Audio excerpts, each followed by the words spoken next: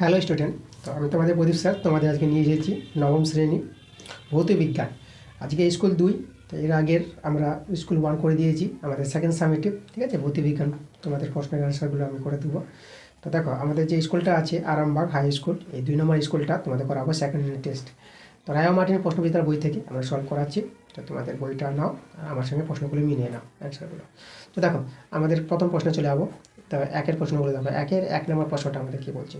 আমাদের আছে কোনো সম্পূর্ণ দৃঢ় বস্তুর ইয়ং গুণাঙ্কের মান কোনটা হবে। তা আমাদের জানতে হবে এখানে ইয়ং গুণাঙ্কের মান হয় আমাদের অসীম। কোনো সম্পূর্ণ দৃঢ় বস্তুর ইয়ং গুণাঙ্কের মান অসীম পাওয়া যায়, মানে ইনফাইনাইট যেটাকে পাওয়া যায়, সসীম হবে না, অসীম। এই যে অ্যান্সারটা সি নাম্বার দেবে এটা। দ্বিতীয় প্রশ্নটা দেখো, আমাদের বলছে জলের উপর জলীয় বাষ্পের পরিবর্তে শুষ্ক বায়ু থাকলে জলের পৃষ্ঠতাপ কী হবে আমাদের। তাহলে এটা 2-এর অ্যান্সারের জন্য তোমাদের বি নাম্বার অ্যান্সারটা হবে, এটা হবে বৃদ্ধি পায়। জলের উপর জলীয় বাষ্পের পরিবর্তে শুষ্ক বায়ু থাকলে জলের পৃষ্ঠতাপ বৃদ্ধি পায়। ঠিক আছে, আচ্ছা সি নাম্বারে দেখো। আচ্ছা, আমরা 3 নাম্বার চলে যাব। 3 নম্বর প্রশ্নটা বলেছে প্রদত্ত কোনটির বিস্তার মাধ্যম তরল নয়। তো এখানে দেখো ক্রিম আছে, ফেনা আছে, কুয়াশা আছে, সালফার সল আছে। ফেনা কুয়াশা যদি বলি, এগুলো হচ্ছে আমাদের দেখো গ্যাসীয় তরল, গ্যাস হয় এবং তরল হয় ফেনা কুয়াশা। আর সালফার সলটা তরল। ঠিক আছে, তাহলে আমাদের তরল নয় কোনটা, সেটা হচ্ছে আমাদের ক্রিম। এ নামের অ্যান্সারটা হবে ক্রিম।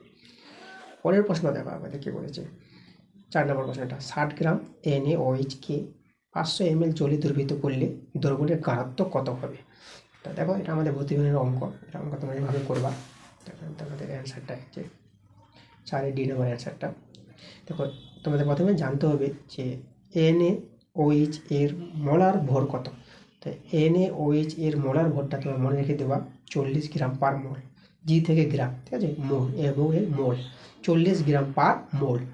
এবার তোমাদের এটা দেখো, অতএব 60 গ্রাম NaOH এর মোল সংখ্যা হবে, দেখো এই যে 60 গ্রামকে আমরা ভাগ করবো কত দিয়ে, ওই যে আমরা পেয়েছিলাম 40 গ্রাম পার মোল সংখ্যা পেয়েছিলাম, তা দিয়ে ভাগ। তা 60 গ্রাম বাই 40 গ্রাম পার মোল সংখ্যা, এটাকে ভাগ করবা, ভাগ করে পেয়ে যাবা 1.5 মোল। ঠিক আছে, এখানে গ্রাম গ্রাম কেটে আছে, দেখো আমাদের মোলটা থেকে আছে, তাহলে এককটা শুধু মোল।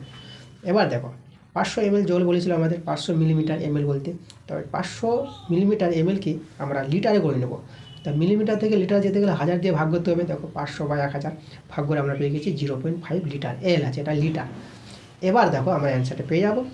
এই যে আমাদের যেটা বলেছে, এই যে দেখো, এই যে সেই দ্রবণের গাঢ়ত্ব কত হবে। তাহলে আমাদের দ্রবণের গাঢ়ত্ব হবে এই যেটা আমাদের, এই যে যেটা পেয়েছিলাম আমরা, এই যে মোল সংখ্যা যেটা পেয়েছিলাম, এই যে কার NaOH 60 গ্রাম NaOH এর মোল সংখ্যা পেয়েছিলাম 1.5, তাকে আমরা ভাগ করবো 1.5 মোল সংখ্যাকে ভাগ করব। এই যে আমাদের যে লিটারের যে জলের পরিমাণটা লিটারে বের করেছি, লিটার করে নিতে হবে আমাদের 0.5। তাহলে আমাদের 1.5 মোলকে আমরা 0.5 লিটার এই জল দিয়ে ভাগ করে দিলে আমাদের অ্যান্সারটা চলে আসবে কত।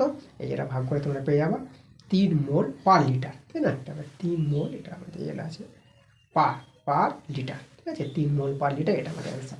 দেখো 3 মোল পার লিটার আমাদের ডি নাম্বার অপশানে আছে, তার অ্যান্সারটা আমাদের ডি নাম্বার। এবার আমরা চলে যাবো পরের প্রশ্নে।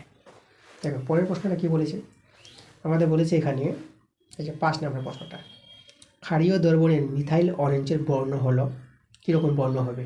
তো ক্ষারীয় দ্রবণের মিথাইল অরেঞ্জের বর্ণ তোমাদের আমি প্রান্তিক বই থেকে দেখাবো। যেখানে আমাদের ছক আছে, এই ছকটা খুব ইম্পর্টেন্ট। এখানে অনেকগুলির নির্দেশকের নাম দেওয়া আছে। তা দেখো মিথাইল অরেঞ্জ ক্ষারীয় দ্রবণে বলেছে, তার ক্ষারীয় দ্রবণে মিথাইল অরেঞ্জ কী আছে, হলুদ আছে, তাই না। অন্যান্য দেখো বিভিন্ন আম্লিক দ্রবণে প্রসম দ্রবণে দেওয়া আছে, বিভিন্ন নির্দেশকের নামও দেওয়া আছে। এই ছকটা ভালো করে রাখবা, এখান থেকে তোমাদের প্রশ্ন তুলবে। ইম্পর্টেন্ট একটা ছক আছে, ভিভা ইম্পর্টেন্ট, এখান থেকে তোমরা পড়ে রাখবা। এটা প্রান্তিক বই থেকে আমি দেখালাম। তাহলে আমরা পেয়ে গেলাম অ্যান্সারটা হলুদ। এই যে আমাদের বলেছে ক্ষারীয় দ্রবণে মিথাইল অরেঞ্জের বর্ণ হলো কি আমাদের হলুদ, তাহলে বি নাম্বার অ্যান্সারটা হয়ে যাবে আমাদের। এবার 6 নম্বর প্রশ্ন দেখো, 6 নম্বর প্রশ্ন বলেছে Na2HPO4। ঠিক আছে, এটা কী রকম দ্রবণ, এটা আম্লিক লবণ, ঠিক আছে, আম্লিক লবণ না প্রসম লবণ না ক্ষারীয় লবণ না যুগ্ম লবণ। এই যেটা লবণ আছে তা কী ধরনের লবণ সেটা আমাদের জানতে চাইছে। তাহলে এটা আমাদের দেখো পাঁচেরটা হবে বি নাম্বার অ্যান্সারটা, এটা হবে আমাদের প্রসম লবণ। ঠিক আছে, এই যে আছে Na2HPO4, এটা কোন ধরনের লবণ, এটাকে বলবো আমরা প্রসম লবণ। ওকে, এই যে আমাদের এটা হচ্ছে আমাদের, সরি 5-এরটা তো আমাদের হয়ে গেছে, 6-এরটা একটু আমাদের মিস্টেক হয়েছে। 6-এরটা হ্যাঁ মিস্টেক হয়নি, ঠিকই আছে, নাম্বারটা ঠিকই আছে। তাহলে আমরা কী বললাম, 6-এরটা প্রসম লবণ হবে, বি নম্বর অ্যান্সারটা। ওকে, আচ্ছা এবার চলে যাবো আমরা পরের 7 নম্বর প্রশ্ন। 7 নম্বর প্রশ্ন কী বলেছে দেখো, প্রদত্ত কোনটিতে অণুর সংখ্যা সর্বোচ্চ। অণুর সংখ্যা সর্বোচ্চ দিয়েছে দেখো, এই যে 7 গ্রাম, জি থেকে gram 7 gram nitrogen, 2 gram hydrogen, H2 hydrogen, 16 gram oxygen, 1 gram hydrogen. তাহলে এখানে কোনটির অণুর সংখ্যা সর্বোচ্চ বেশি আছে। তা দেখো আমাদের এর জন্য জানতে গেলে আমাদের কী করতে হবে, আমাদের প্রতিটি গ্যাসের মোল সংখ্যা আগে বের করব। দেখো আমরা মোলস অফ N2, তাই না, মোল সংখ্যা অফ নাইট্রোজেনের আমরা মোল সংখ্যা হিসেবে বের করি। তাহলে 7g/28g পার মোল, এটাকে আমরা ভাগ করবো 0.25, তাই না, 0.25 মোল পেয়ে যাবো। তারপর পরেরটা প্রত্যেকটার মোল সংখ্যা আমরা যদি বের করি, ঠিক আছে। এই যে দেখো মোলস অফ হাইড্রোজেন, দেখো মোলস অফ হাইড্রোজেন 2g পার মোল, সেটা ভাগ করে আমরা কোথায় পেয়ে যাবো, এই যে 1 মোল। আচ্ছা তারপরে দেখো মোলস অফ অক্সিজেন, অক্সিজেন মোল সংখ্যা এই যে 16g মানে গ্রাম পার 32। আচ্ছা এই যে 16g/32 এগুলো কী করে হয় তোমাদের একটু বলি আমি, ঠিক আছে। এগুলো পাওয়ার জন্য দেখো তোমাদের এটা দেখাচ্ছে যে অক্সিজেন যেটা আছে O2 এর পারমাণবিক ভর হচ্ছে 16, আর O2 এর গ্যাস পারমাণবিক ভর 16g, জি যখন হয়ে যাবে গ্যাস, ঠিক আছে। O2 এর গ্রাম পারমাণবিক ভর কত, 16g। তাহলে এখানে দেখো O2 এর মোলার ভর কত হবে, এই যে দেখো O2 বলতে আমাদের দুটি অক্সিজেন পরমাণু দিয়ে গঠিত হয়েছে, O2 আছে, তার জন্য 2 গুণ হবে 16-এর সঙ্গে।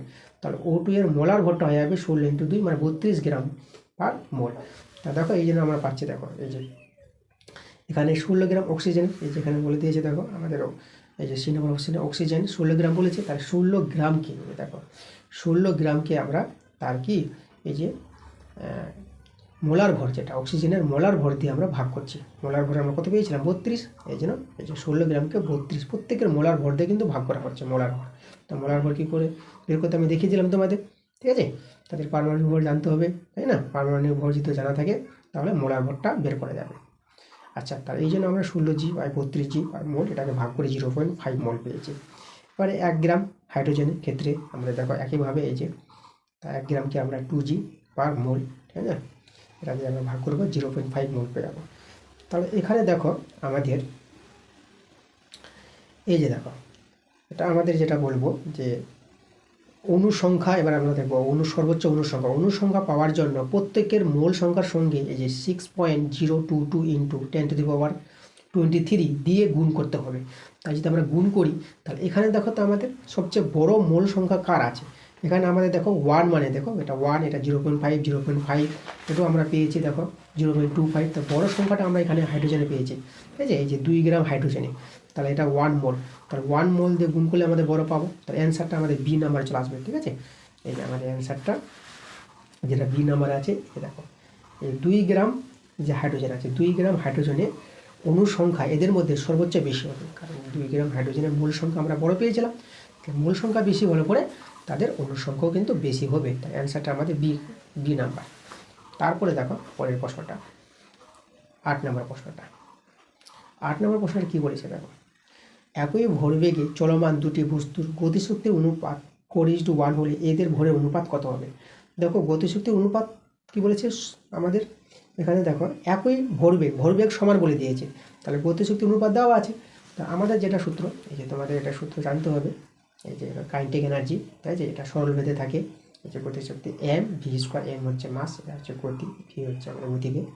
তাহলে এই যে আমাদের অনুপাতটা দেওয়া আছে, এই যে ke1 ke2 4/1, এটাকে আমরা দেখো m1v1² m2v²², তাই না, এটা আমরা লিখতে পারবো যে m1v1², প্রথম গতি দ্বিতীয় গতি দুটি গতি আছে এখানে, m1v1² আর m2v2²।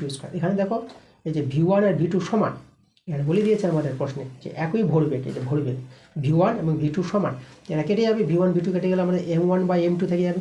তাহলে এখানে দেখো ভরের m1 হচ্ছে মাস ভর, এই দুটি ভরের অনুপাত কত হবে 4:1, ওটাই চলে আসবে আমাদের অ্যান্সারটা। দেখো কেটে গিয়ে এই যে দেখো v1 v2 যেহেতু আমাদের সমান, তাহলে ওতে m1/m2 পেয়ে যাবো 4/1, তাহলে m1 এখানে নিচে আমাদের 1 আছে, তাহলে m1:m2 কত হয়ে যাবে 4:1 হয়ে যাবে। তাহলে আমাদের সি নাম্বার অ্যান্সারটা দেখো আছে, এই যে সি নাম্বার অপশানে আছে 4:1। তাহলে তোমাদের জানতে হবে একই ভরবেগ যদি থাকে তাহলে দুটি বস্তুর যে গতিশক্তির অনুপাত যদি 4:1 হয় তাদের ভরের অনুপাত কত হবে 4:1ই আসবে। ঠিক আছে, অ্যান্সার। এবার আমরা 2 এর প্রশ্নগুলো চলে যাব। এবার 2 এর 1 নাম্বারটা 1 ওয়াট সমান সমান বলেছে কত আর পার সেকেন্ড হবে। তাহলে আমরা এখানে দেখো তোমাদের প্রান্তিক বই থেকে দেখাবো অ্যান্সারটা। চলে যাবো 138 পাতা।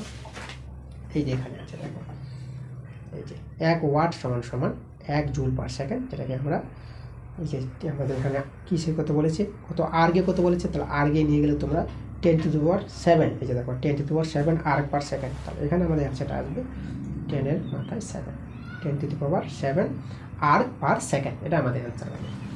চলে যাবো আমরা পরের প্রশ্ন। পরের প্রশ্ন দেখো কি বলেছে, অভিকেন্দ্র বল দ্বারা কৃতকার্য কত হয়। তাহলে অভিকেন্দ্র বল দ্বারা কৃতকার্য, এটা অ্যান্সারটা তোমরা শূন্য পেয়ে যাবে। কৃতকার্য শূন্য হয়, কেন শূন্য হয় দেখো, আমাদের কিন্তু অভিকেন্দ্র বল এই জিনিসটা একটু বুঝতে হবে, তারপরে বুঝতে পারবো যে অভিকেন্দ্র বল দ্বারা কৃতকার্য শূন্য হয়।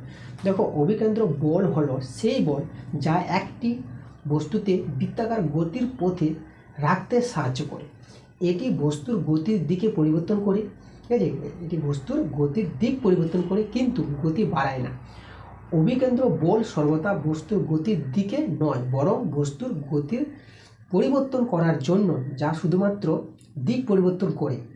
কাজ করতে গেলে, তাই না, মানে কার্য হতে গেলে আমাদের কী দরকার, বল এবং গতির সরণের মধ্যে কোণ থাকতে হবে, অবশ্যই কোণ থাকতে হবে। কিন্তু অভিকেন্দ্র বলের ক্ষেত্রে কোণটা 90 ডিগ্রি হয়ে যায়, যার ফলে কাজের পরিমাণ শূন্য হয়ে যায়, তার জন্য আমার অ্যান্সারটা শূন্য পেয়ে যাবে এটা। ওকে, চলো আমরা অথবা চলে যাবো। দ্বির অথবাটা কী বলছে দেখো, দ্বির অথবাটা বলছে কোন শর্তে কৃতকাজের মান সর্বোচ্চ হয়। শর্তটা জানতে চেয়েছে, তোমাদের শর্তটা তোমরা লিখে নিবা। এই যে দেখো, বল এবং সরণ একই দিকে যদি হয়, বল এবং সরণ একই দিকে হলে পরে তাহলে আমাদের এই শর্তে কৃতকাজের মান সর্বোচ্চ হবে। ঠিক আছে, মানে আমাদের কোণটাকে কত হতে হবে, কোণটা 0 ডিগ্রি হতে হবে। ঠিক আছে, কোণটা 0 ডিগ্রি। তাহলে এখানে শর্তটা যেটা বললাম সেটা তোমরা লিখে নিবা। আমরা চলে আসবো 3 নম্বর প্রশ্ন। 3 নম্বর প্রশ্নটা কি বলছে দেখো, কার্বন স্কেলে পারমাণবিক ভর নির্ণয়ের সময় কার্বনের কোন আইসোটোপটিকে প্রামাণ্য ধরা হয়। ঠিক আছে, কার্বনের কোন আইসোটোপটিকে, এই অ্যান্সারটা তোমরা দিবা 12। এই যে দেখো, এই অ্যান্সারটা আমি লিখে দিচ্ছি এখানে 12C। ঠিক আছে, এই যে সিটা এখানে থাকবে, 12 ঠিক এই জায়গায় থাকবে। এটা হচ্ছে আইসোটোপ বোঝায় কার্বনের। তাহলে এই যে কার্বনের এই আইসোটোপটি হবে আমাদের, এটাই অ্যান্সার। কার্বন স্কেলে পারমাণবিক ভর নির্ণয়ের সময় কার্বনের এই যে আইসোটোপ আছে 12C। ঠিক আছে, এই আইসোটোপটিকে প্রামাণ্য বলে ধরা হয়। চলে যাবো আমরা 4 নম্বর প্রশ্নে। 4 নম্বর প্রশ্ন কী বলেছে দেখো, একটি নন সিস্টেমিক অ্যান্টাসিডের নাম লিখতে বলেছে।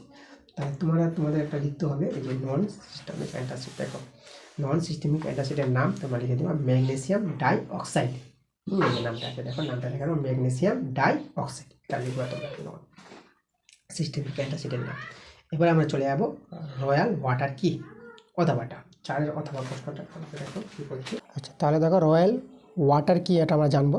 রয়্যাল ওয়াটার, তো দেখো রয়্যাল ওয়াটার তোমাদের জানতে হবে এটা, যে দেখো রয়্যাল ওয়াটার হলো এক ধরনের অত্যন্ত শক্তিশালী ও জারক মিশ্রণ যা স্বর্ণ ও প্ল্যাটিনামের মতো মহামূল্যবান ধাতুকেও দ্রবীভূত করতে পারে। দেখো, বুঝতে পারছো, তাহলে এক ধরনের অত্যন্ত শক্তিশালী ও জারক মিশ্রণ, তাই না, এমন জারক মিশ্রণ আছে যা স্বর্ণ ও প্ল্যাটিনামের মতো মহামূল্যবান ধাতুকেও দ্রবীভূত করতে পারে। ঠিক আছে, এটা তোমার অ্যান্সারটা লিখে দেবো।